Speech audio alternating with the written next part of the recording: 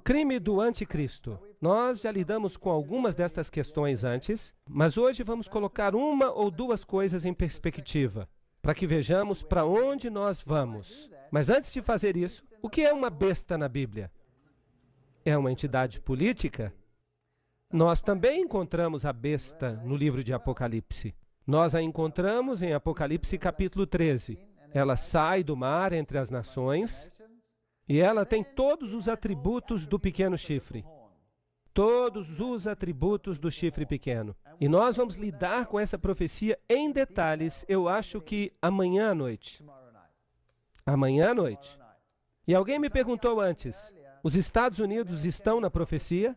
Bem, venham e assistam amanhã à noite. Nós vamos olhar o que a Bíblia diz e você vai decidir por si mesmo se os Estados Unidos estão ou não na profecia. Nós estamos vivendo numa época cheia de tempestades. Agora, se algo caminha como um pato, parece com um pato e faz quack como um pato, então, provavelmente, ele é um pato, certo? Então, se alguém tem os mesmos atributos do pequeno chifre de Daniel capítulo 7, então qual é a possibilidade que seja de fato o chifre pequeno de Daniel capítulo 7? Boa possibilidade, certo? Ok. Então, este poder sobre o qual vamos falar amanhã à noite, há muita coisa para a gente falar sobre ele. Não dá para falar só em uma noite.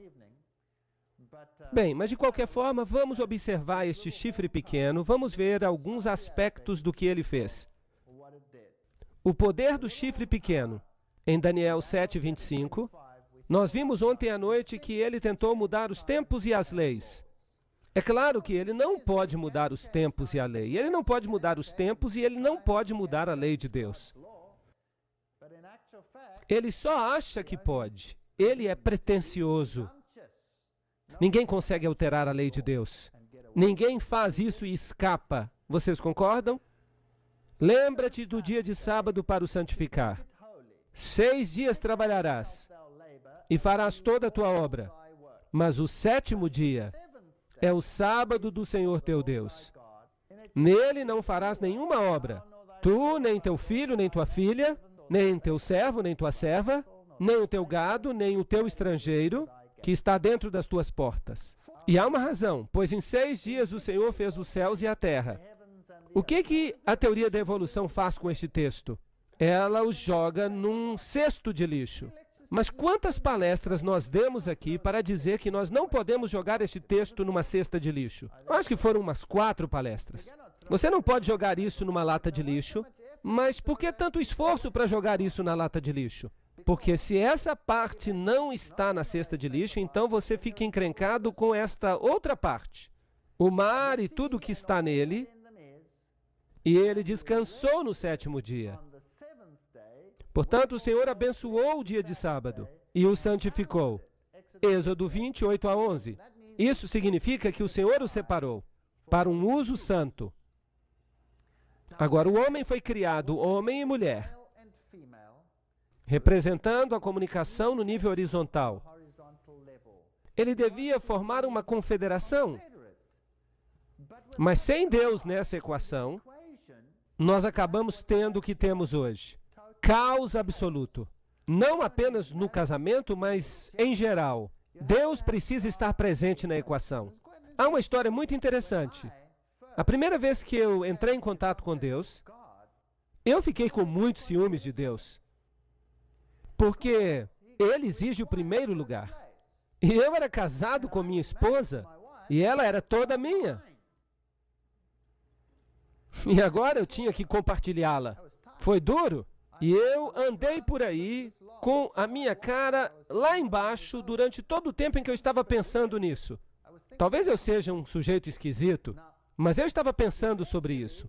Mas eventualmente, quando eu comecei a perceber o caráter de Deus e o seu egoísmo absoluto, se uma pessoa é 100% sem egoísmo como Jesus Cristo, que se entregou completamente pela humanidade, mas se ele é totalmente egoísta, quanto é que você vai receber desta transação quando você lida com esse indivíduo?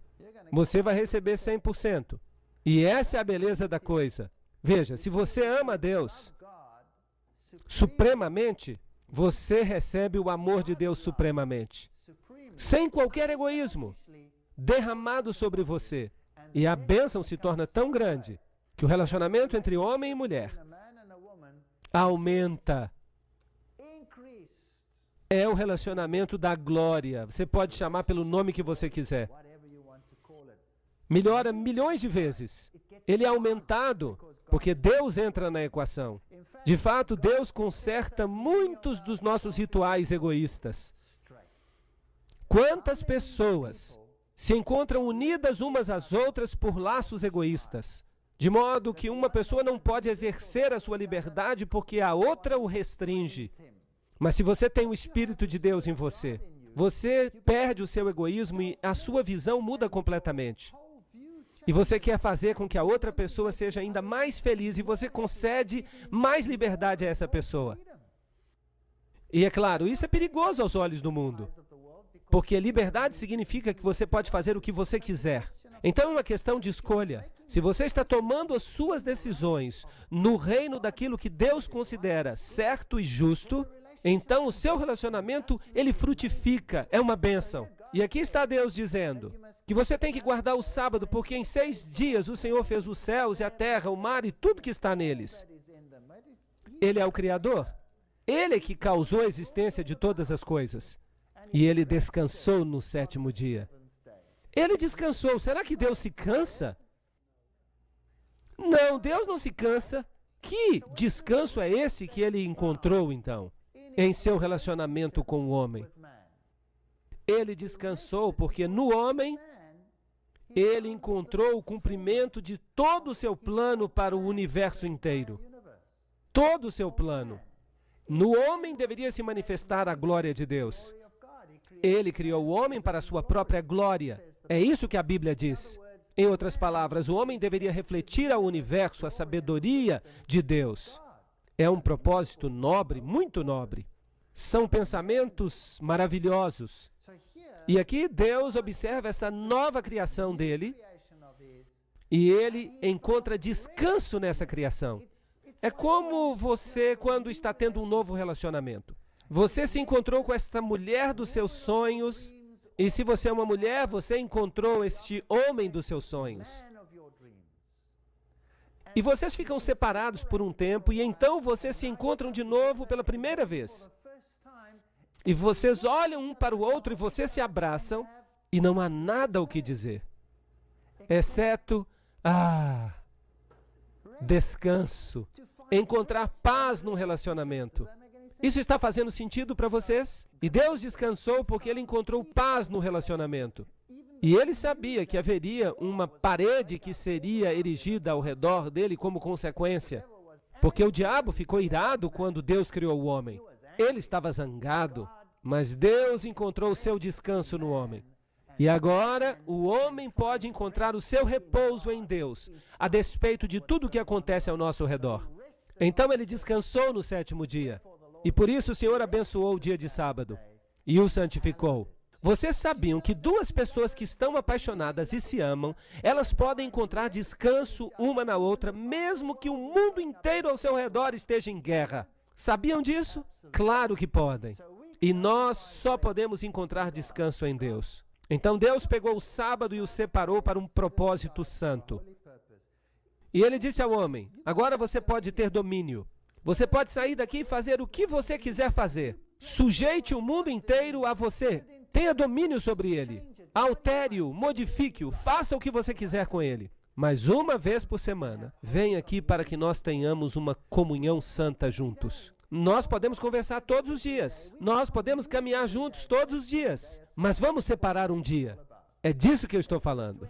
Êxodo 20, capítulo 11, está escrito: pois em 6 dias fez o Senhor os céus e a terra, o mar e tudo que há neles. E ele descansou. E a palavra hebraica usada aqui é nuar. Antes havia sido usada a palavra Shabbat, o 7º dia. E por isso o Senhor abençoou o dia de sábado e o santificou. E se você procurar a palavra nuar numa concordância hebraica, significa descansar, estabelecer-se. Significa fazer parte de uma confederação. É como eu já disse, significa estar juntos. Ter esta sensação que, uau, nós temos que estar juntos. Além disso, eu também lhes dei os meus sábados, para que sejam um sinal entre mim e eles, para que saibam que eu sou o Senhor que os santifica. Esta relação sagrada, esta capacidade de fazer o que é certo, a vontade de fazer o que é certo, vem de Deus. Então o Senhor lhes deu o sábado como sinal, para que eles saibam que o Senhor é Ele, o Senhor, que os santifica. Ezequiel, capítulo 20, versículos 12 e 20. E aqui está outro texto paralelo. Santificai os meus sábados, santificai-os, e eles serão um sinal entre mim e vós, para que saibais que eu sou o Senhor vosso Deus. É estranho. Será que seria possível que outra pessoa fosse o Senhor vosso Deus? Sim ou não? Bem, os povos antigos, especialmente Israel, constantemente se desviavam e seguiam falsos deuses. Não importa o lugar, às vezes era Moloque, às vezes era Baal, às vezes era outro deus. Adoravam Astorete, a rainha dos céus, adoravam esses deuses estranhos. Mas Deus disse, peraí, escutem aqui, vou fazer um pacto com vocês. Se vocês santificarem os meus sábados, eles serão um sinal entre mim e vocês, para que vocês saibam que eu sou o Senhor, seu Deus. É como se fosse um teste, uma espécie de teste. Êxodo 31, verso 13. Fala também aos filhos de Israel, dizendo, em verdade guardareis os meus sábados, pois o sábado é um sinal entre mim e vós, através das vossas gerações, para que saibais que eu sou o Senhor, que vos santifica. Não há outro, eu sou o que santifica. Êxodo 31, 16. Portanto, os filhos de Israel guardarão o sábado, para observar o sábado através das suas gerações, como um concerto perpétuo. Vamos dar uma olhada nesse sinal. É um sinal, em hebraico a palavra é oath, entre mim e os filhos de Israel para sempre. Por quê? Pois em 6 dias o Senhor fez os céus e a terra, e descansou no 7º dia, e recebeu refrigério. Nafash. Este é um verso muito interessante. Então é um sinal. E por quê? Porque Deus é o Criador. Ele é o dono. E Ele diz, vocês têm que me escolher, fui eu que fiz vocês. Os outros não fizeram vocês. Estão roubando vocês. E não estão oferecendo nada a vocês, a não ser a morte. Então é um sinal e Deus recebeu refrigério. Agora, o que a palavra sinal significa? Se vocês olharem o hebraico, você pode consultar uma concordância sozinho em casa. Você pode usar um computador, você pode procurar. Então a concordância diz que é um sinal, signia, um milagre, uma marca. É um sinal, uma marca distintiva. Aqui está a definição da concordância de Strong desta palavra. Então, será que Deus tem uma marca? Que marca é essa? É o sábado. Deus tem uma marca. Será que a besta tem uma marca? Sim, claro, é chamada de a marca da besta. Eu fico imaginando o que essa marca seja. Será que é o chip de um computador? Será que é um código de barra que vai ser impresso na sua mão? Será que é algo que você pode encontrar numa lata de feijão? Você olha lá embaixo. Será que Deus está interessado em linhas numa lata de feijão? Ou será que Ele está interessado no seu caráter e na sua fidelidade? Qual é o interesse de Deus? Sim, em seu caráter e na sua fidelidade. Então vamos prestar bastante atenção aqui. Sim, agora nós já sabemos que Deus tem uma marca, um sinal, e é o sábado. Portanto, é um sinal ou uma marca entre mim e os filhos de Israel para sempre. Pois em 6 dias o Senhor fez os céus e a terra, e Ele descansou no 7º dia, e Ele recebeu refrigério. Nós precisamos compreender primeiro a marca de Deus, o seu sinal ou selo. São sinônimos. Vamos dar uma olhada no selo dos Estados Unidos. Este é o selo dos Estados Unidos e um selo autentica um documento. Este é o selo do presidente dos Estados Unidos da América. E este aqui é um típico selo de rei. Este é o selo de Jorge VI, o rei regente da Inglaterra. Notem os 3 elementos. Ele dá o nome, Jorge VI, e então ele dá o título, que é rei, e ele dá o seu território, que é Grã-Bretanha e seus domínios. Então, um selo típico tem todos esses componentes: o título, o nome, e ele tem o território. E sem o selo, uma lei se torna inútil. Ela fica destituída de autoridade. Aqui está o Decálogo. Trata-se de uma lei. Trata-se da lei de Deus.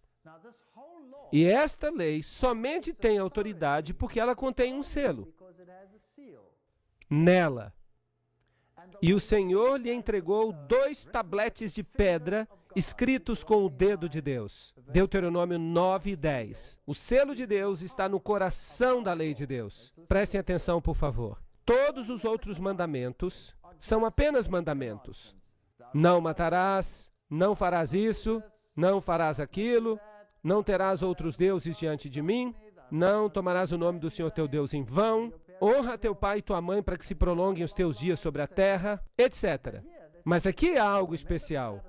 Lembra-te do dia de sábado para o santificar, em 6 dias farás todo o teu trabalho, mas o 7º dia é o sábado do Senhor teu Deus, pois em 6 dias o Senhor, aí está o nome, é Jeová, é o nome de Deus. Nós temos o nome, Ele fez os céus e a terra. Aí está o título, Ele é o Criador. E qual é o seu domínio? Céu, terra, mar e tudo que está neles. E aí está o domínio. Todos os elementos estão presentes. E sem o sábado, a lei não teria autenticidade. Seria apenas um outro documento. Mas agora ela tem o selo de Deus. Jeová, o seu Criador, o seu domínio, céus, terra, mar, tudo, todas as nações, tudo que já foi criado, está sob o seu domínio. Agora, se os Estados Unidos fazem uma lei, uma nova lei, se eles proclamarem uma nova lei, essa lei precisa ser assinada por quem antes de ela entrar em efeito? O presidente deve assiná-la. E se o presidente não assina, a lei não é válida. Certo ou errado? Muito bem. Agora imaginem, eu sempre uso uma parábola para explicar isso. Nós colocamos a nós mesmos um pouco atrás no tempo, lá na época da Alemanha, e Adolf Hitler sobe ao poder.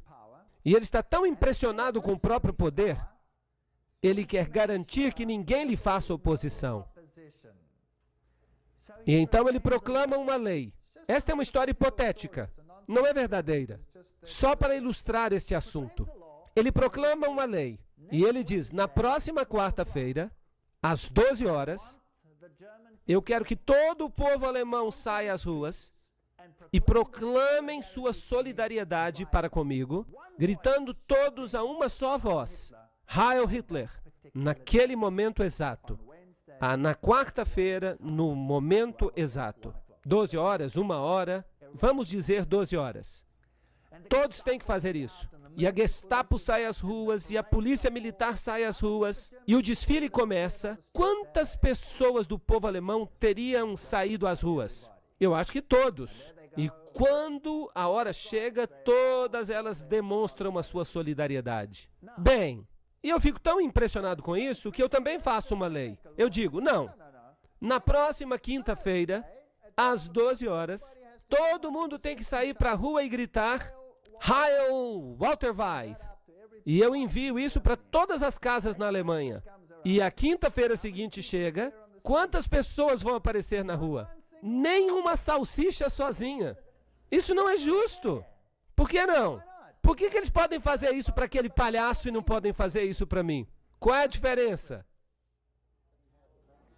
Eu não tenho o quê? A autoridade, eu não tenho o título e eu não tenho a jurisdição. Estão entendendo? A lei dele vale, a minha lei não vale nada. Era a mesma lei, mas ela não vale nada. E Adolf Hitler ficou tão animado com a resposta positiva que ele recebeu, e é claro, isso nunca aconteceu, que ele decide escrever a mesma lei e ele decide enviá-la, vamos dizer, para a Rússia. E ele diz, na próxima quarta-feira, às 12 horas, eu quero que todos os russos saiam de casa e gritem a mesma coisa. Quantos russos sairiam à rua? Nenhum. Talvez saíssem para zombar dele. Qual é a diferença? Por que funcionou na Alemanha e não funcionaria na Rússia? A lei estava fora da sua jurisdição. Ele pode até ter o título, mas ele não tinha jurisdição. Mas aqui nós temos as três coisas no mesmo lugar.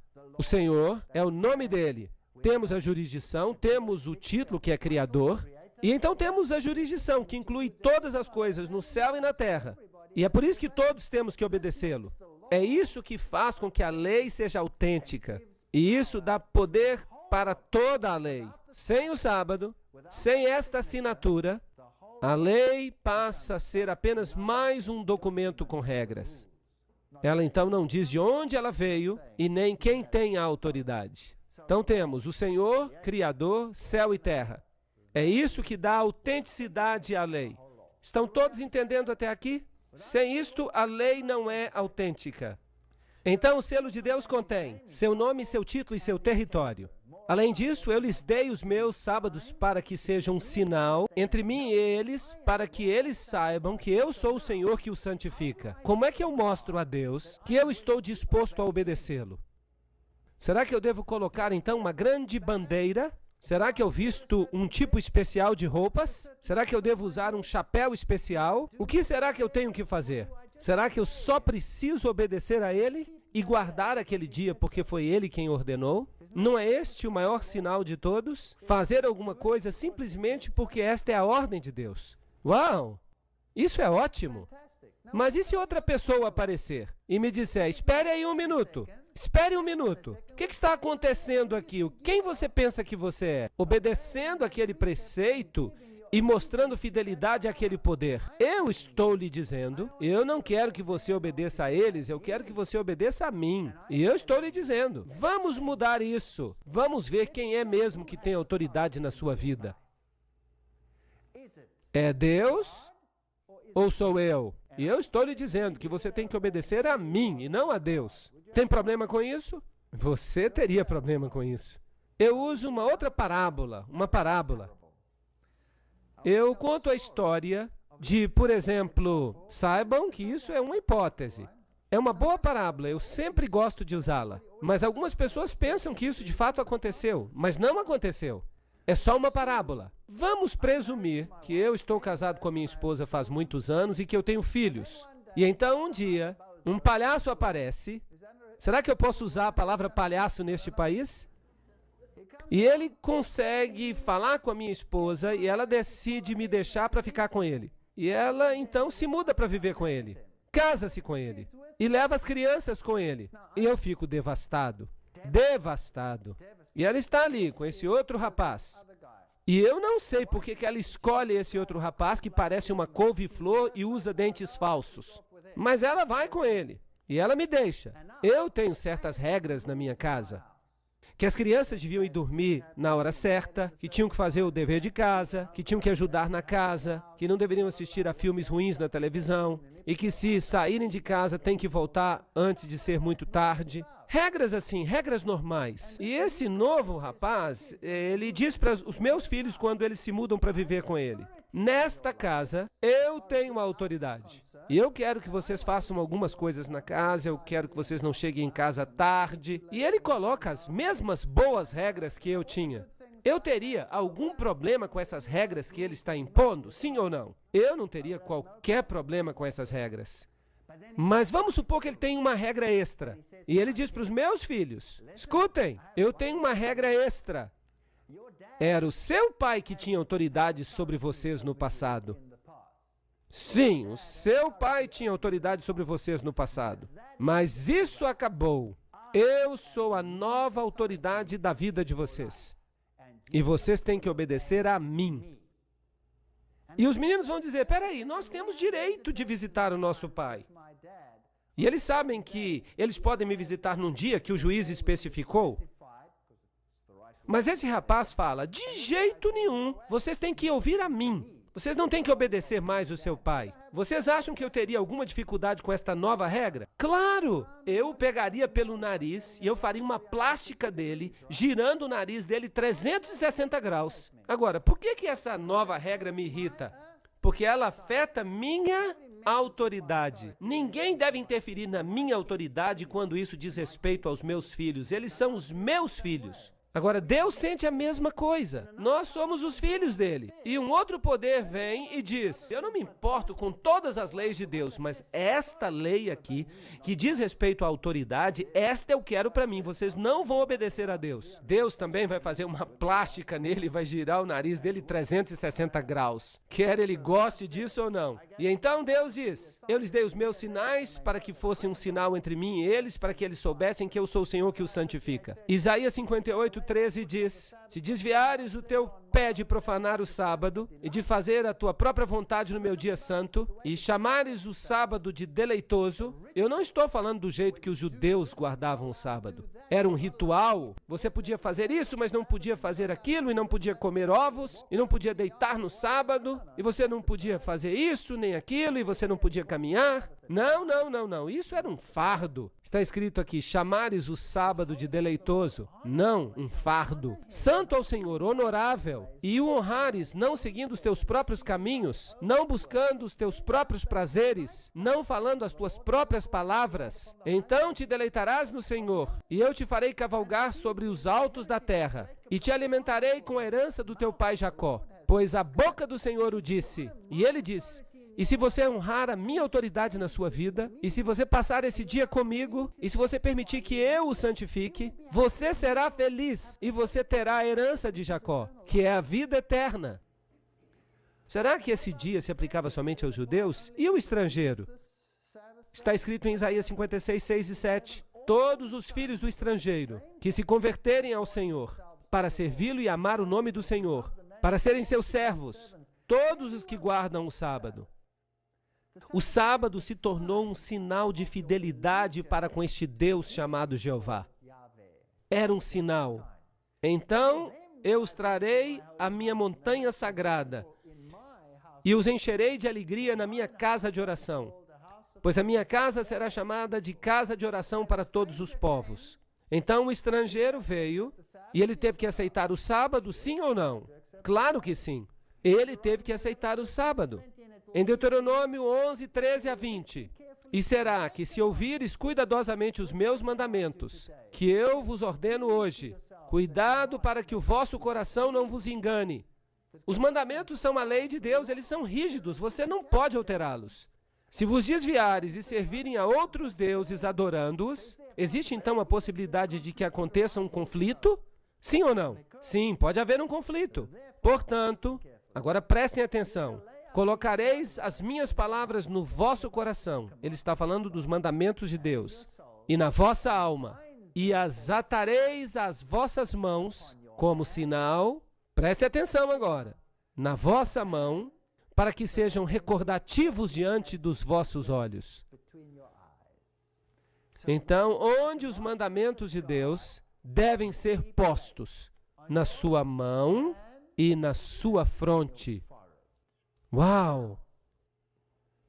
Existe também uma marca da besta que será colocada sobre a mão e sobre a fronte? Oh! Mas os mandamentos de Deus são eles que devem estar na sua mão e na sua fronte. Os judeus eram muito sábios. Eles escreviam os 10 mandamentos numa pequena placa e eles atavam as mãos e a fronte. O contrato estava assinado e eles saíam andando. Eu tenho a lei na minha mão, eu tenho a lei na minha fronte. Grande coisa. Vocês acham que era isso que Deus queria? É uma coisa tão tola que parece inacreditável. Deus nunca quis isso. O que ele queria dizer quando ele falou isso? Ele disse, vocês têm que amarrar as suas mãos, ou seja, vocês têm que agir de acordo com a lei. Coloque-a na sua fronte, significa pense de acordo com a lei. Faz sentido? Não tem nada que ver com um sinal externo. Deus não é tolo. E estas palavras que eu te ordeno hoje devem estar no teu coração. É aí que Deus quer a sua lei. Por que eles também não pegaram uma placa e enfiaram uma placa no coração? Eles não fizeram isso. E as ensinarás cuidadosamente aos vossos filhos. E as amarrareis como sinal sobre a vossa mão. E serão recordativos nas vossas frontes diante dos vossos olhos. Deus está falando do pensamento cognitivo. Aqui está a lei de Deus. E eu devo obedecer a ela. Ele é o meu Deus. Eu o seguirei. É isso que significa. Continuando com Êxodo 13:9. Será um sinal para ti sobre tua mão e um memorial entre os teus olhos, para que a lei de Deus esteja na tua boca. Está bem claro aqui. O que tem que estar na mão e na fronte? A lei de Deus. Não tem nada que ver com um código de barra numa lata de feijão ou qualquer outra coisa. Tem que ver com a lei de Deus, que precisa estar na sua mão e na sua fronte. E aquele outro cara? Aquele que parecia uma couve-flor e tinha dentes falsos, que pega os seguidores de Deus. De fato, ele não se parece com uma couve-flor nem tem dentes falsos. Ele é lindo. Isso me irrita. Ele os leva para longe e os engana. Os engana. E ele diz, não, não, não, não. O meu sinal, a minha marca, na fronte ou na sua mão. Vamos dar uma olhada. Qual é o propósito, então, do sábado? Um dia de descanso, um dia de bênçãos, um dia de paz, um sinal, um memorial da criação, um símbolo da santificação, um dia santo e concerto perpétuo. Era isso que o sábado significava. Você se lembra de Marcos 2:27? O sábado foi feito para o homem, e não o homem para o sábado. Isso não destrói o sábado. Isso diz para você que o homem precisa do sábado. O homem precisa desta comunhão com esse Deus que ele precisa conhecer, para saber quem Deus é. O Deus a quem servimos é o Deus do sábado. É Ele o Deus a quem servimos. Se não, quem é Ele? Ele é o Deus da sexta-feira? Ele é o Deus do domingo? Ele é o Deus da quarta-feira? Ele é o Deus dos hindus? Ele é o Deus dos budistas? Ou dos shintos? Ele é esse ou aquele? Eu lhes digo uma coisa, Deus é o Deus do sábado. É bem simples, a Bíblia nos diz isso. Ó, que tu des ouvidos aos meus mandamentos, então que a tua paz seja como a de um rio, e que a tua justiça seja como as ondas do mar. Isaías 48:18. Você saberia exatamente onde você está. Deuteronômio 5:29. Ó, que houvesse tal coração neles, que eles me temessem e guardassem os meus mandamentos. 9 deles ou todos eles? Todos os meus mandamentos, sempre, para que pudesse ser bem com eles e com seus filhos para todo sempre. Bem, tendo estabelecido isso, por que então guardamos o domingo? Por que nós não guardamos o sábado? Por que o mundo cristão guarda o domingo?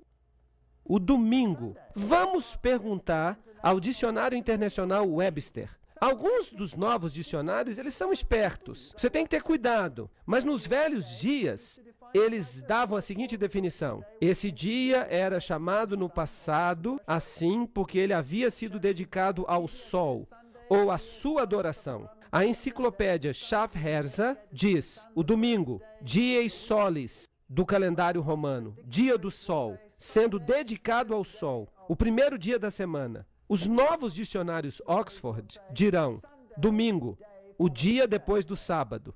Isso é patético. Isso não é mais uma definição. Essa é uma definição em termos de outra definição. Ela não significa nada mais. Mas aí está. É isso que é. É o dia do sol. É o dies solis do calendário romano. É o dia do sol. E é o primeiro dia da semana.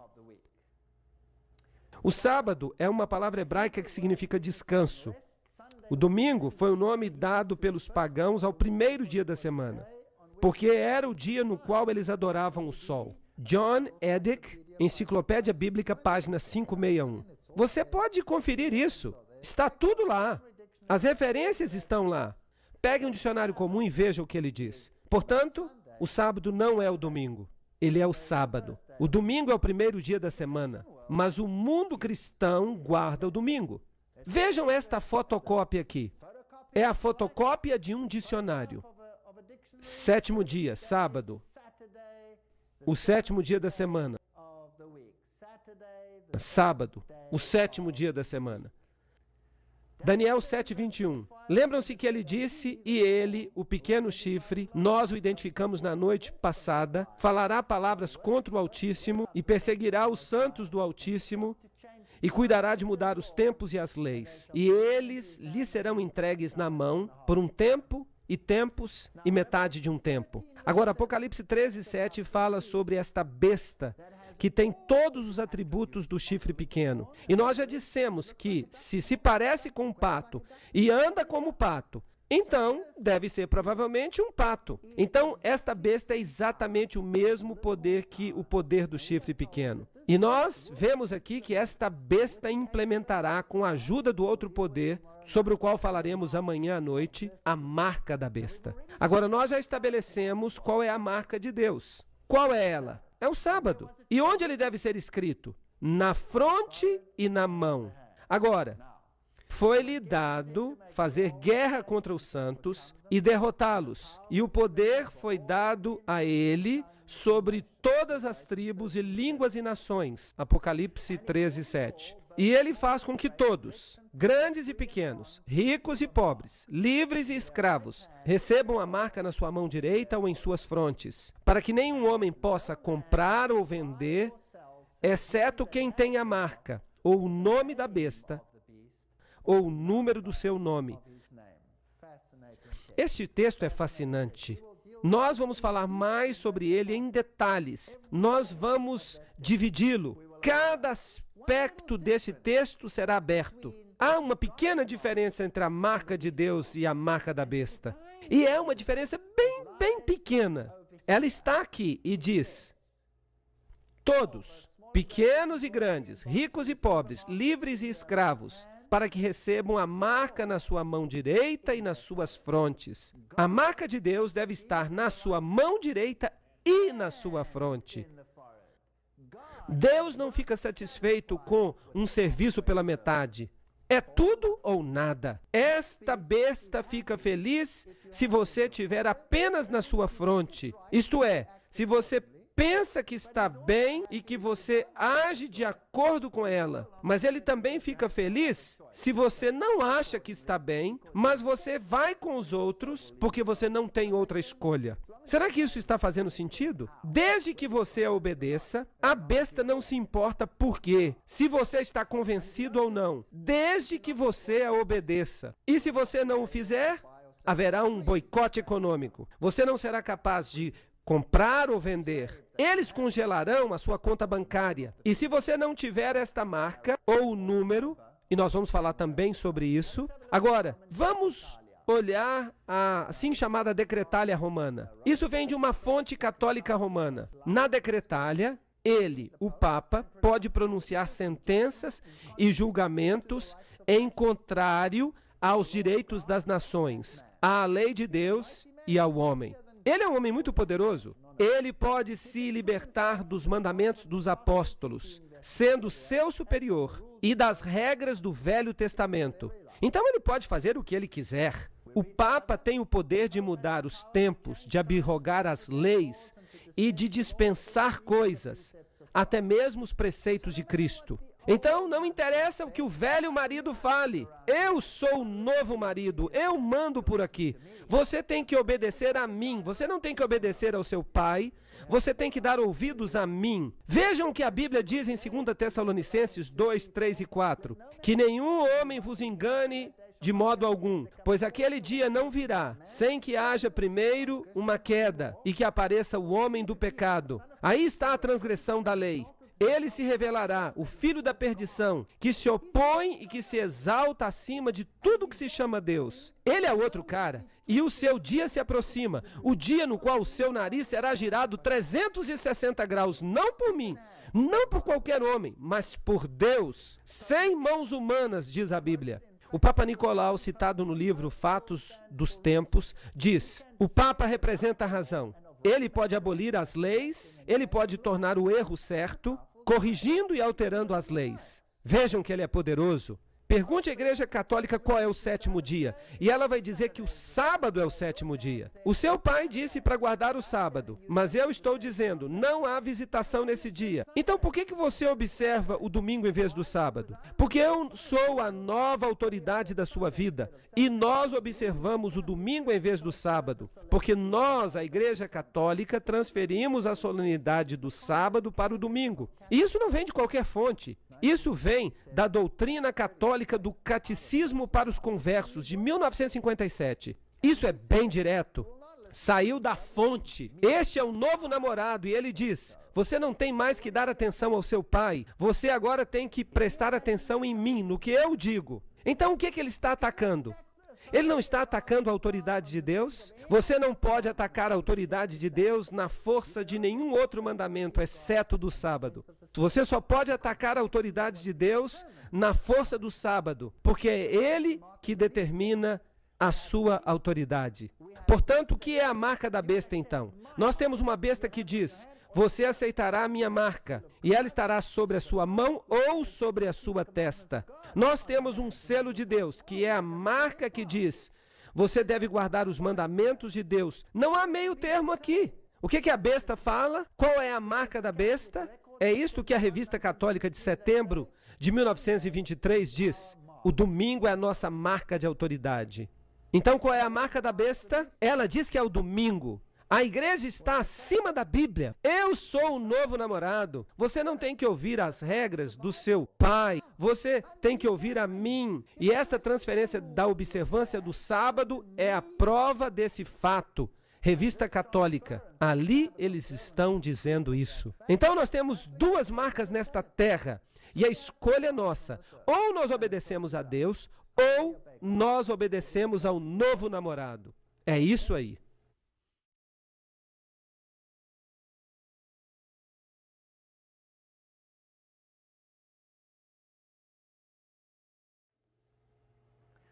Então, Satanás atacou o sábado porque ele é o selo de Deus. Ele afeta a autoridade de Deus. Aqui está uma outra citação do Mundo Católico de março de 1894. Ela tomou o domingo pagão e tornou o domingo cristão. E então, o domingo pagão, que era dedicado a Balder, e Balder é o mesmo Baal, se tornou o domingo cristão, sagrado para Jesus. Interessante. Aqui está outra, da fé de nossos pais, do cardeal Gibbons. Claro que a Igreja Católica alega que a mudança foi sua responsabilidade. E o ato como realizado é uma marca de seu poder eclesiástico. Ela diz que ela tem mais poder do que Deus nesta questão. Não me interessa que leis Deus tenha feito, você vai me dar ouvidos. Isso é que eu chamo de arrogância. A Bíblia diz: lembra-te do dia de sábado para o santificar, mas a Igreja Católica diz não. Está aí bem claro. Quem está falando é o padre Enright, escrevendo no Sentinela Americano. É um porta-voz da Igreja Católica. Ele diz que a Bíblia fala isso, mas que a Igreja Católica diz não. Pelo meu poder divino, eu estou abolindo o sábado e vos ordeno que mantenhais sagrado o primeiro dia da semana. E eis que todo mundo civilizado se prostra em reverente obediência à vontade da Igreja Católica. Aí está uma arrogância sem medidas. É tão arrogante que eu fico assustado. Pelo meu poder divino, se eles têm poder divino, então deve ser um poder divino diferente do poder divino de Deus. Há um Deus sobre a terra que se senta no templo de Deus, alegando ser Deus. Então pode-se servir a dois senhores. Mas é claro que a Igreja Católica não é o mesmo Deus. Então deve haver um outro poder por trás dela. E a Bíblia diz que o dragão lhe deu o seu trono e grande autoridade. Essas são palavras muito tristes. Não podemos dizê-las levianamente. Aqui está o Catequismo Romano do Papa Pio em 1566, por ordem do Concílio de Trento. Agradou à Igreja de Deus que a celebração religiosa do sábado fosse transferida para o dia do Senhor, o domingo. E em Apocalipse 1:10 está escrito: eu estava em espírito no dia do Senhor. E eles dizem que o dia do Senhor era o domingo aqui. Mas aqui está escrito que ele estava em espírito no dia do Senhor. Não se faz referência aqui a dia. Só a Bíblia pode dizer qual é o dia do Senhor. E aí está em Isaías 58:13. Se desviares o teu pé de profanar o sábado e de realizar o teu prazer no meu santo dia, e os chamares de sábado deleitoso, santo ao Senhor, então qual é o dia do Senhor de acordo com a Bíblia? O sábado? Não o domingo. E esta passagem, portanto, o Filho do Homem é Senhor também do sábado. Será que isso está abolindo o sábado ou estabelecendo-o? Quem é a autoridade? Por falar nisso, quem criou este mundo? Foi o Pai ou foi por intermédio do Filho? Foi por intermédio do Filho. Vocês vão ver. João capítulo 1. No princípio era o Verbo e o Verbo estava com Deus e o Verbo era Deus. Tudo que foi criado neste mundo foi criado por intermédio dele e para ele, por sua palavra. Portanto, Jesus é o Senhor do sábado. Imprensa Católica, de Sydney, em 25 de agosto de 1900. O domingo é uma instituição católica e as alegações quanto à sua observância só podem ser defendidas com os princípios católicos. Do início ao fim das Escrituras, não há uma única passagem que garante a transferência da adoração pública semanal do último dia da semana para o primeiro. Eles são tão diretos com respeito a isto. Você pode ler a Bíblia de Gênesis a Apocalipse e você não vai encontrar uma única linha autorizando a santificação do domingo. As Escrituras propõem a observância religiosa do sábado. James Cardinal Gibbons. A fé de nossos pais. A Igreja Católica está jogando a isca e dizendo: aí, pegue ou deixe, a escolha é sua. O sábado cristão é, portanto, até este dia, o reconhecimento da Igreja Católica como esposa do Espírito Santo, sem uma palavra de discordância do mundo protestante. Eles estão dizendo para os protestantes: se vocês são protestantes, por que vocês nos obedecem? Vocês estão nos obedecendo, quer gostem ou não. Aqui está o chanceler da Arquidiocese de Baltimore respondendo ao cardeal numa carta datada de 1920. Se os protestantes quisessem seguir a Bíblia, eles deveriam adorar a Deus no dia de sábado. Ao guardar o domingo, eles estão seguindo uma lei da Igreja Católica. Aqui está a Igreja Católica falando. John Gilmary Shea, na Revista Católica Americana Trimestral, o protestantismo, ao descartar a autoridade da Igreja Católica Romana, não tem base alguma para a sua teoria sobre o domingo. Eles deveriam guardar o sétimo dia, o sábado. Agora, aqui eles são bem arrogantes. Não o Criador do Universo, em Gênesis 2, 1 a 3, mas a Igreja Católica pode exigir a honra de ter concedido ao homem uma pausa para a sua semana de 7 dias. Que arrogância! Isso me deixa de boca aberta. Isso é inacreditável. Esta citação não vem da Idade Média, ela vem de 1969. Essa daqui deve fechar tudo. A razão e o senso comum exigem a aceitação de uma dessas duas alternativas. Ou o protestantismo e a guarda do sábado, ou o catolicismo e a guarda do domingo. Um meio termo é impossível. Espelho Católico, 23 de dezembro de 1893. Aí está a linha de batalha. Se você obedece a Deus, que dia você vai guardar?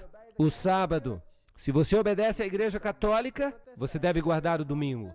É isso que estão dizendo. Se você é protestante, mas você está guardando o domingo, então você está obedecendo a quem? Está obedecendo ao Papa. Isso não significa que os protestantes lá fora, que nunca ouviram essa informação, que eles têm a marca da besta. Eles não têm. Porque Deus julga as pessoas de acordo com a luz que elas recebem, dentro de pouco tempo. Porque o atual Papa, o Papa atual, ele já solicitou uma legislação dominical mundial. E o seu presidente já disse que nós queremos implementar os seus ensinamentos. Isso é interessante. Eu vou mostrar para vocês. Então, por que os protestantes continuam a guardar o domingo? O que eles dizem? Eles sabem isso ou não sabem? Sim, eles sabem. Sim, eles sabem. Vamos passar umas citações rapidamente. Vamos ver os episcopais. Há algum mandamento no Novo Testamento para mudar o dia de repouso semanal do sábado para o domingo? Nenhum. Manual de Doutrina Cristã. Este é o principal livro deles. Nós fizemos a mudança do sétimo dia para o primeiro dia, de sábado para domingo, sob a autoridade da única Santa Igreja Católica Apostólica de Cristo, no livro Por que Guardamos o Domingo. Bem, é isso que os episcopais falam. Mas eles são muito próximos dos católicos. Mas eles dizem que eles sabem, mas eles guardam o domingo. Muito bem. A Igreja Luterana. Nós observamos o dia do Senhor, domingo, ou a observância do dia do Senhor, o domingo, não é encontrada em nenhum mandamento de Deus, mas na autoridade da Igreja. Essa é a Confissão de Augsburgo. Este é o documento central do luteranismo. Está no Manual Católico sobre o Sábado, parte 2, seção 10. Eles sabem. Muito bem. E os presbiterianos?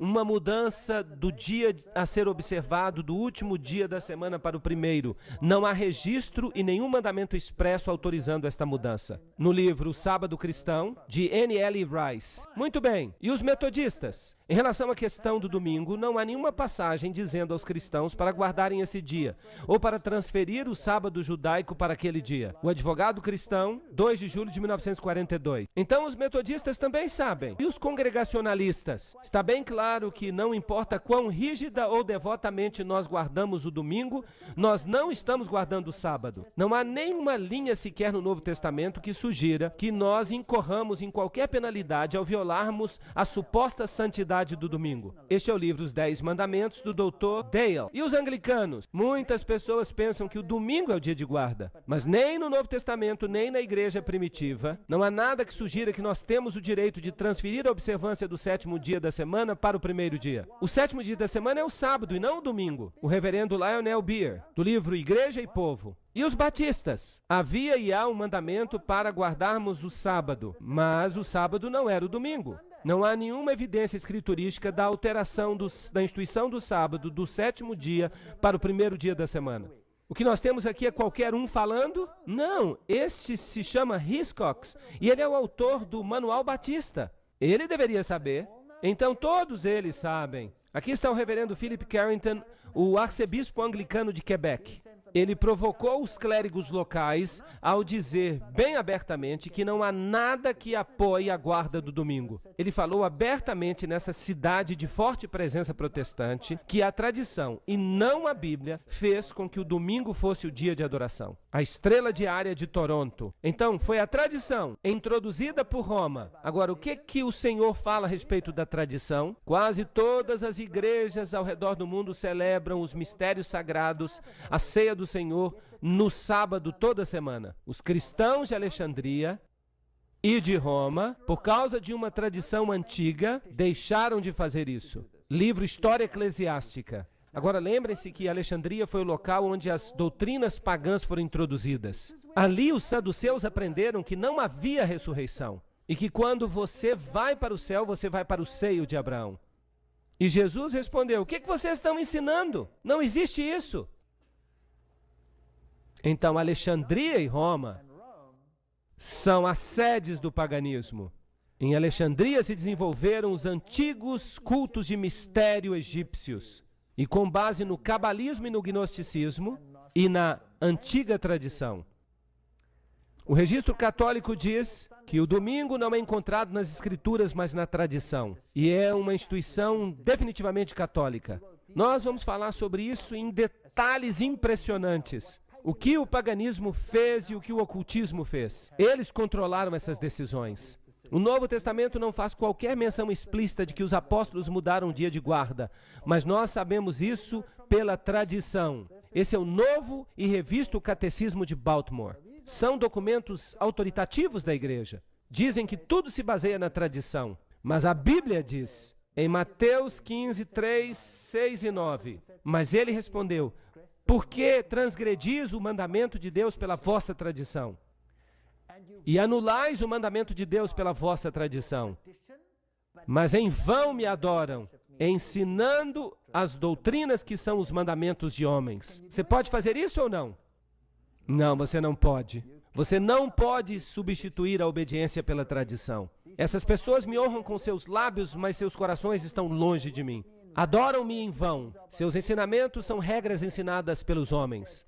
E ele lhes disse: colocais de lado os mandamentos de Deus para observar as vossas próprias tradições. Marcos 7, 7 a 9. Então a Bíblia diz uma coisa, Roma diz outra, e aqui temos a base de um conflito. E essa base de conflito, ela vai florescer como um cogumelo. E isso vai ser deflagrado dentro de pouco tempo, em breve. A autoridade da igreja não pode, portanto, ser limitada pela autoridade das Escrituras. Porque a igreja tinha mudado o sábado para o domingo, não pelo mandamento de Cristo, mas pela sua própria autoridade. Cânon e Tradição, página 263. Aí está. A escolha deve ser feita, quer queiramos ou não. Atos capítulo 20 diz: Pois disso eu sei que após a minha partida, os lobos entrarão e eles vão mudar as doutrinas. Muito bem, se vocês forem até a sua igreja e lhes perguntarem, por que guardamos o domingo? Então haverá um tumulto e um melindre. E eles vão tentar trazer algumas passagens da Bíblia. Embora todos os seus escritores autoritativos já tenham dito que não há base bíblica para a mudança. E eles vão dizer que há textos na Bíblia que dizem que as pessoas adoravam no primeiro dia da semana e que é por isso que nós deveríamos adorar no primeiro dia da semana. Ou então eles vão dizer que Jesus aboliu o sábado e que ele o cravou na cruz e por isso nós não mais o guardamos. Ou então eles vão dizer para você, como é que você pode saber que dia é o sábado? Porque já teve tanta mudança de calendário, isso não importa. Pode-se guardar qualquer dia. Mas qual foi o dia que Deus pediu que nós guardássemos? O sábado? Imagine que você tem um encontro com a sua namorada. Uma namorada que você não vê há muito tempo. E ela diz, quarta-feira de manhã às 7 da manhã. Esse é o horário que eu vou chegar. Por favor, me pegue na rodoviária. E você diz, tá bom, tá certo. Eu vou na quinta. Você acha que ela vai ficar feliz? Eu duvido. Muito bem. Muito obrigado. O primeiro dia da semana. Vamos olhar esses textos, porque eles são usados para defender a guarda do domingo. O primeiro texto vem de Mateus 28:1. Está escrito, há 8 textos a respeito do primeiro dia da semana. E o primeiro diz, no fim do sábado, quando começou o primeiro dia da semana, vieram Maria Madalena e a outra Maria ver o sepulcro. Aí está. Há alguma coisa aqui sobre a mudança do sábado, sim ou não? É uma declaração meramente histórica. A Bíblia com o inglês atual diz que o sábado tinha passado e que já amanhecia o domingo, quando Maria, etc., etc. É uma declaração meramente factual. Não há nada nesta passagem. Em Lucas 23, 54 a 56, nos informa que essas mulheres guardavam o sábado. Elas prepararam as especiarias e os óleos e descansaram no dia de sábado. De acordo com o mandamento, elas não sabiam nada de uma mudança. Quando essas mulheres vieram no primeiro dia, é porque elas não tinham ido no sábado, porque elas descansaram segundo o mandamento. Bem, o segundo texto nós encontramos em Marcos, capítulo 16, versos 1 e 2. Quando o sábado passou, Maria Madalena e Maria, mãe de Tiago, e Salomé tinham trazido especiarias para que elas pudessem vir e ungí-lo. E bem cedo de manhã, no primeiro dia da semana, elas vieram até o sepulcro ao nascer do sol. Há alguma coisa sobre alguma mudança aqui? Nenhuma palavra. Marcos 16, 9. Quando Jesus ressuscitou cedo no primeiro dia da semana, ele apareceu primeiramente a Maria Madalena, da qual ele havia expulsado 7 demônios. Há algo aqui sobre uma mudança? É só a declaração de um fato. Nada aqui sobre mudanças. Quarto texto. No primeiro dia da semana, bem cedo de manhã, vieram até o sepulcro, trazendo as especiaristas, e é a passagem de Lucas. Ele repete essa história. Há algo aqui sobre uma mudança? Nada. Podemos descartar este também. Agora restam 4 que nós ainda temos que comentar. Quinto texto. João 20, versículo 1. No primeiro dia da semana, vem Maria Madalena cedo, quando ainda era escuro, até o sepulcro para ver se a pedra tinha sido rolada do sepulcro. Há algo aqui? Nada. Sexto texto. João 20, versículo 19. No mesmo dia à noite, sendo o primeiro dia da semana, quando as portas estavam fechadas, onde os discípulos se reuniam, com medo dos judeus, Jesus veio e ficou no meio deles, e disse a eles, paz seja convosco. Este aqui é usado com bastante frequência. Ah, os discípulos se reuniram no primeiro dia da semana. Eles estavam adorando. O texto não diz isso. Diz que eles se reuniram no primeiro dia da semana. Por quê? Porque estavam com medo dos judeus. Bem, no sábado eles sabiam que eles estavam relativamente seguros, porque nenhum judeu faria algo no sábado. O judeu pensaria que estaria violando o sábado. Mas quando o sábado acabou, eles ficaram com as pernas bambas. Não se fala nada aqui sobre adoração. Só sobram 2 textos. 2 textos. Atos 20, versículo 7. E no primeiro dia da semana, quando os discípulos se reuniram para partir o pão, Paulo pregou a eles pronto para partir no dia seguinte. E continuou seu sermão até a meia-noite. Agora, na Bíblia do inglês atual, está escrito no sábado à noite. Eles se reuniram. Ah, esse texto que eles dizem que eles estavam adorando, e o texto diz que eles tiveram a ceia, partiram o pão. Agora vamos analisar esse texto com cuidado. No primeiro dia da semana, eles se reuniram para partir o pão. Quando é que o primeiro dia começa? No final do sábado. Que hora do dia é isso? À noite. Então, eles se reuniram no primeiro dia da semana, era à noite, e eles vieram para partir o pão. Esta é uma parte que nós temos que observar. Vieram para partir o pão. Mas Paulo pregou para eles pronto para partir no dia seguinte. Quando amanhecesse, seria ainda que dia? Seria o domingo, o primeiro dia. E ele faria uma longa jornada. E ele falou para eles até a meia-noite. E o pobre Eutico estava lá sentado na janela, e Paulo continuou pregando, e ele começou a abrir a boca.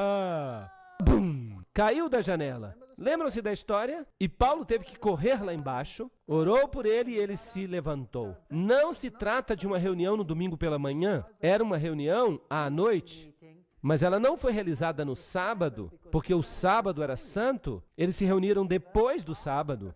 Paulo tinha muita coisa para contar. E se o domingo fosse tão sagrado, por que Paulo viajaria no dia seguinte? Muitos e muitos quilômetros, no assim chamado Domingo Santo. Não. Então só sobra uma coisa para discutir, o partir do pão. Nós já sabemos que era à noite. Nós lemos ainda em Atos 28 e 11 que havia muitas luzes no cenáculo, onde estavam reunidos. Estava escuro, certo? E não podia ter sido no domingo à noite, porque então isso seria o segundo dia da semana. Então, eles se reuniram depois do sábado. Portanto, quando ele subiu de novo e partiu o pão, e comeu, e pregou um longo sermão, até o nascer do dia, então ele partiu. Então ele ainda permaneceu mais tempo pregando. E então, quando amanheceu, ele foi embora. Não era um dia sagrado para ele. Ele estava prestes a viajar e aquele era o único momento em que ele podia fazer uma reunião com eles. E a respeito da segunda parte, o partir do pão, Atos 2,46 diz: E eles continuaram diariamente, de comum acordo no templo, partindo o pão de casa em casa, faziam suas refeições com alegria e unidade de coração. Então eles não tiveram uma santa ceia, o que eles fizeram foi jantar juntos. Foi isso que aconteceu e, portanto, sobra apenas um texto. Há um texto que sobra. Então, esse texto do qual nós acabamos de falar, ele dá apoio para a santidade do sábado. Porque logo depois do sábado, eles se reuniram para discutir questões e se preparar para a viagem. Oitavo texto, 1 Coríntios 16, 1 a 2. Agora, com respeito à coleta para os santos. Sim, eles faziam coletas na igreja. Assim como eu ordenei às igrejas da Galácia, fazei vós também, no primeiro dia da semana, que cada um de vós reserve a parte. Por falar nisso, a tradução de Weymouth declara isso de modo muito agradável. Diz, em casa, conforme Deus o abençoou, para que não haja coletas quando eu voltar.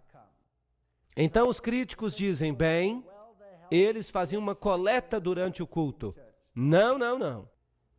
O texto diz que eles deviam reservar o dinheiro no primeiro dia da semana, em casa. Vamos pensar sobre isso. Antigamente, isso ainda funciona para muita gente hoje em dia, alguns recebem o salário no final da semana.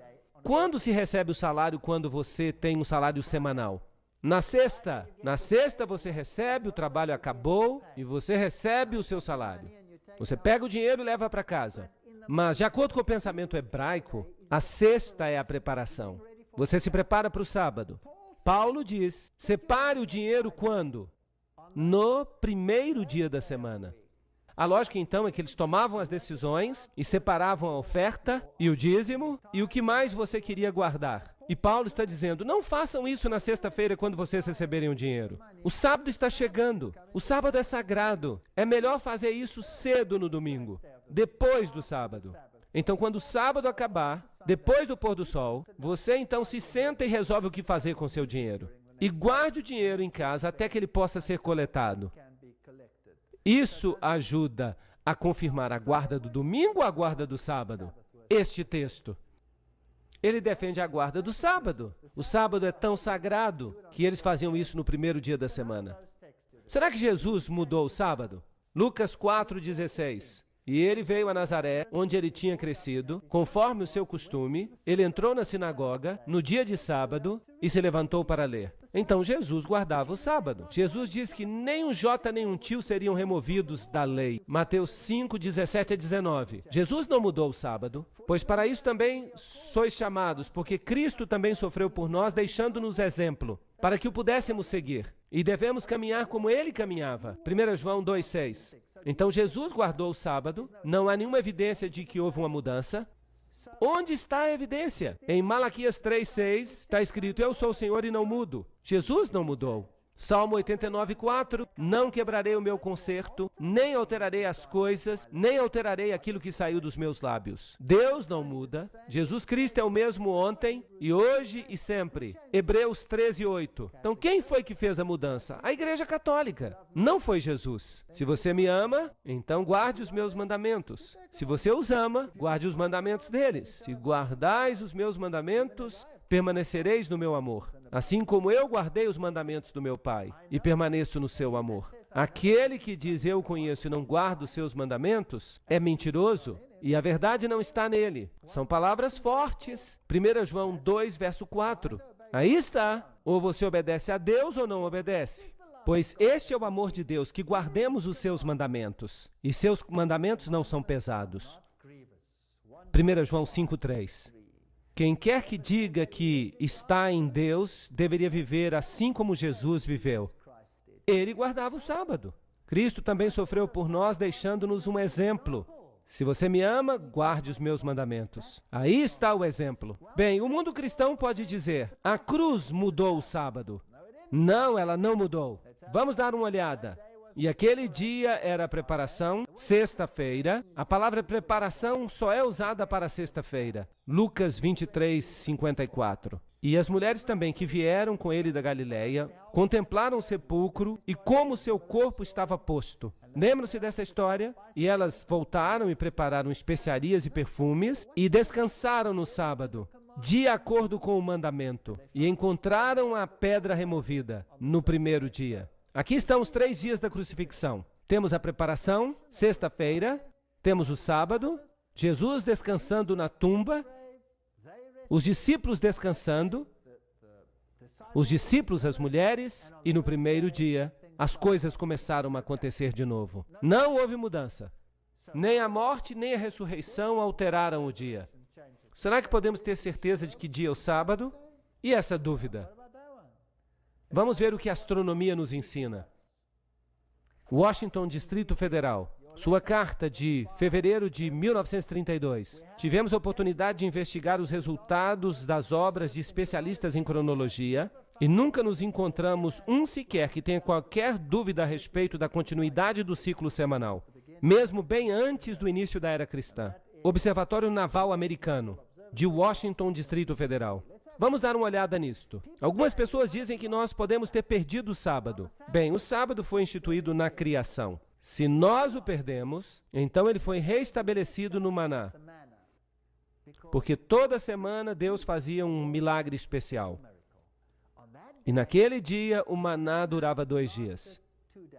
Todos os outros dias ele durava 1 dia apenas. Bem, se o sábado tivesse sido perdido, Deus o encontrou de novo no maná. E se ele foi perdido depois do maná, ele foi recuperado no Monte Sinai. Se nós chegarmos até o ano 46 a.C., foi quando o calendário juliano foi instituído.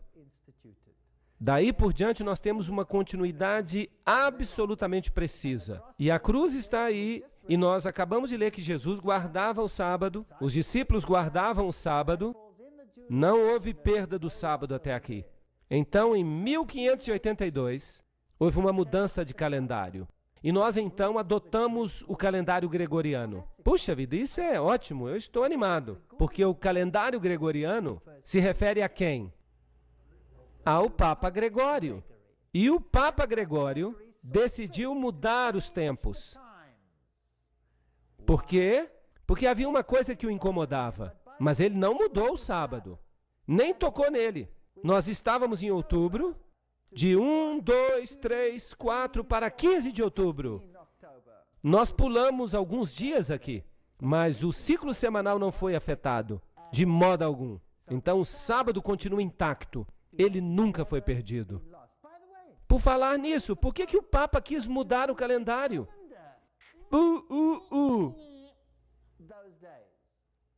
O que o incomodava? Por que ele mudou os tempos? Eu lhes digo que o incomodava. O que o incomodava é que a Páscoa cristã, o festival cristão, não estava 100% alinhado com a festa pagã de Ishtar, que em inglês se chama Easter, até os dias de hoje. E ele queria modificar o calendário com respeito àqueles dias, para que o mundo pudesse guardar todas as festas pagãs, em vez de reconhecer aquilo que estava de fato na Bíblia.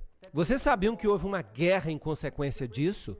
Os ingleses disseram, de jeito algum, nós não vamos concordar com isso. Houve uma guerra como consequência, e eles foram forçados, porque nós vamos guardar os festivais pagãos, nós não vamos obedecer à Bíblia. Esse povo é muito arrogante. Nem um dia foi perdido. A mudança de data do 4 para o 15 não afetou o ciclo semanal. Qual é o dia que os judeus guardam hoje? O sábado, o mesmo que sempre. Mateus 24, 20. Orai para que a vossa fuga não se dê no inverno, nem no sábado. Jesus está dizendo que no ano 70 depois de Cristo, quando vierem destruir Jerusalém, orem para que vocês não tenham que fugir no sábado. Ele previu então que o sábado continuaria sendo guardado até aquela época. Um último texto. Sacudam a cabeça, acordem. E Colossenses 2,16. Eles usam este aqui toda vez. Que ninguém vos julgue quanto a alimento ou bebida, ou com respeito a qualquer dia santo, ou lua nova, ou dia de sábado. Aí está a tradução da King James Version. Que ninguém julgue vocês com respeito ao sábado. De fato, está dias de sábado. E se referem aos sábados cerimoniais. O dia de sábado se refere ao 7º dia da semana. O sábado. Que ninguém julgue vocês com respeito a carne ou bebida, ou com respeito a dia de festa, ou lua nova, ou sábado. Aí está a versão padrão americana. Muito bem. Qual dos mandamentos tem que ver com comida e bebida? E lua nova? E todas essas coisas? Algum mandamento? Que lei tem que ver com comida, bebida, lua nova e coisas assim? A lei cerimonial. Anulando a escrita de ordenanças que eram contra nós, que eram contrárias a nós. Removeu-as do caminho, pregando-as na cruz. Portanto, que ninguém vos julgue. Então eles dizem que Jesus pregou o sábado na cruz. Não, Jesus nunca pregou o sábado na cruz. Ele pregou duas coisas na cruz. Toda a lei cerimonial foi pregada na cruz, porque Jesus se tornou o cumprimento da lei. E a condenação da lei também foi pregada na cruz. Mas não a lei. Como eu sei disso? Porque está escrito aqui que essas leis, a escrita das ordenanças, que era contra nós, e apenas os escritos de Moisés, a lei cerimonial, deveriam ser postos num livro e colocados ao lado da arca como testemunho, diz o Velho Testamento, contra nós. Uma sombra das coisas que viriam. Mas o corpo, a substância delas, é Cristo. Colossenses 2,17. Vamos fazer uma breve recapitulação. O sábado semanal foi instituído no Éden, certo? Muito bem. E ele aponta para a criação. Existia antes do pecado. Aí está, apontando para a criação. Santificai os sábados, guardai os sábados, porque em 6 dias o Senhor fez os céus e a terra, o mar e tudo que nelas há. Ele nos lembra de onde nós vimos os sábados de sombra. Em outras palavras, a festa dos pães asmos, a Páscoa, a festa das ofertas mexidas, as primícias. Todos esses sábados especiais, eles podiam acontecer em qualquer dia. Eles apontavam para o ministério de Jesus, eles apontavam para frente, para Cristo. Os sábados cerimoniais se conectavam com o serviço do santuário, um serviço de sombra, e apontavam adiante para a redenção. Quando Colossenses diz que o sábado era uma sombra de coisas vindouras, para quem que ele apontava? Para Cristo, sua substância sendo Cristo. Então, quando Cristo morreu, ele pregou a lei cerimonial na cruz. Nós não temos que guardar esses sábados especiais. Nós não temos que guardá-los. Ou seguir os rituais da Páscoa, porque se referiam a comida e bebida, e a especificação de quanto do cordeiro deveria ser comido, e questões assim. Essas leis falam de cerimônias, mas o sábado tem que ver com a criação e os 10 mandamentos. Bem, esses são os únicos textos que são usados contra o sábado. Será que os discípulos mudaram o sábado? E Paulo, segundo seu costume, foi até eles e por 3 sábados arrazoou com eles com as Escrituras, falando aos judeus. E então está escrito, e ele arrazoava na sinagoga todo sábado com os judeus e com os gregos. E quando os judeus saíram da sinagoga, os gentios suplicaram que essas palavras fossem pregadas a eles no sábado seguinte. E no sábado seguinte, quase toda a cidade se reuniu. Nós lemos isso em Atos capítulo 13, versos 42 a 44. Paulo e os discípulos pregavam no sábado, guardavam o sábado, quer falassem com os judeus, quer falassem com os gentios. Aqui está o ponto. Aqui está a paciência dos santos. Aqui estão aqueles que guardam os mandamentos de Deus. Quantos deles? Todos os 10. E a fé de Jesus. Apocalipse 14, 12. Colocarei as minhas leis em sua mente e as escreverei no seu coração. Uma citação de Hebreus 8:10. Aqui está o novo concerto. O novo concerto constitui em tomar a lei de Deus e colocá-la no coração, colocá-la na mente, na mão e na testa. Agir de acordo, pensar de acordo, obedecer a Deus. A Igreja Católica diz não. Por minha autoridade divina, você vai me obedecer. E não a eles. Mas a Bíblia diz em Apocalipse capítulo 22, 14, no Novo Testamento, bem-aventurados aqueles que guardam seus mandamentos, para que tenham o direito à árvore da vida. Aham! A obediência vai ser um teste.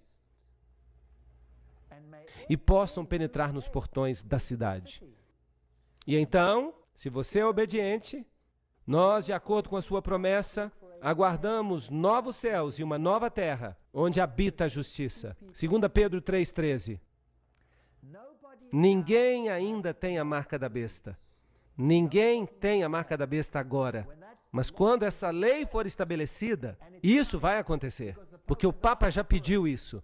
E não pensem que os países islâmicos ou os países judaicos serão excluídos. O Papa já pediu isso, e todos vão guardá-lo.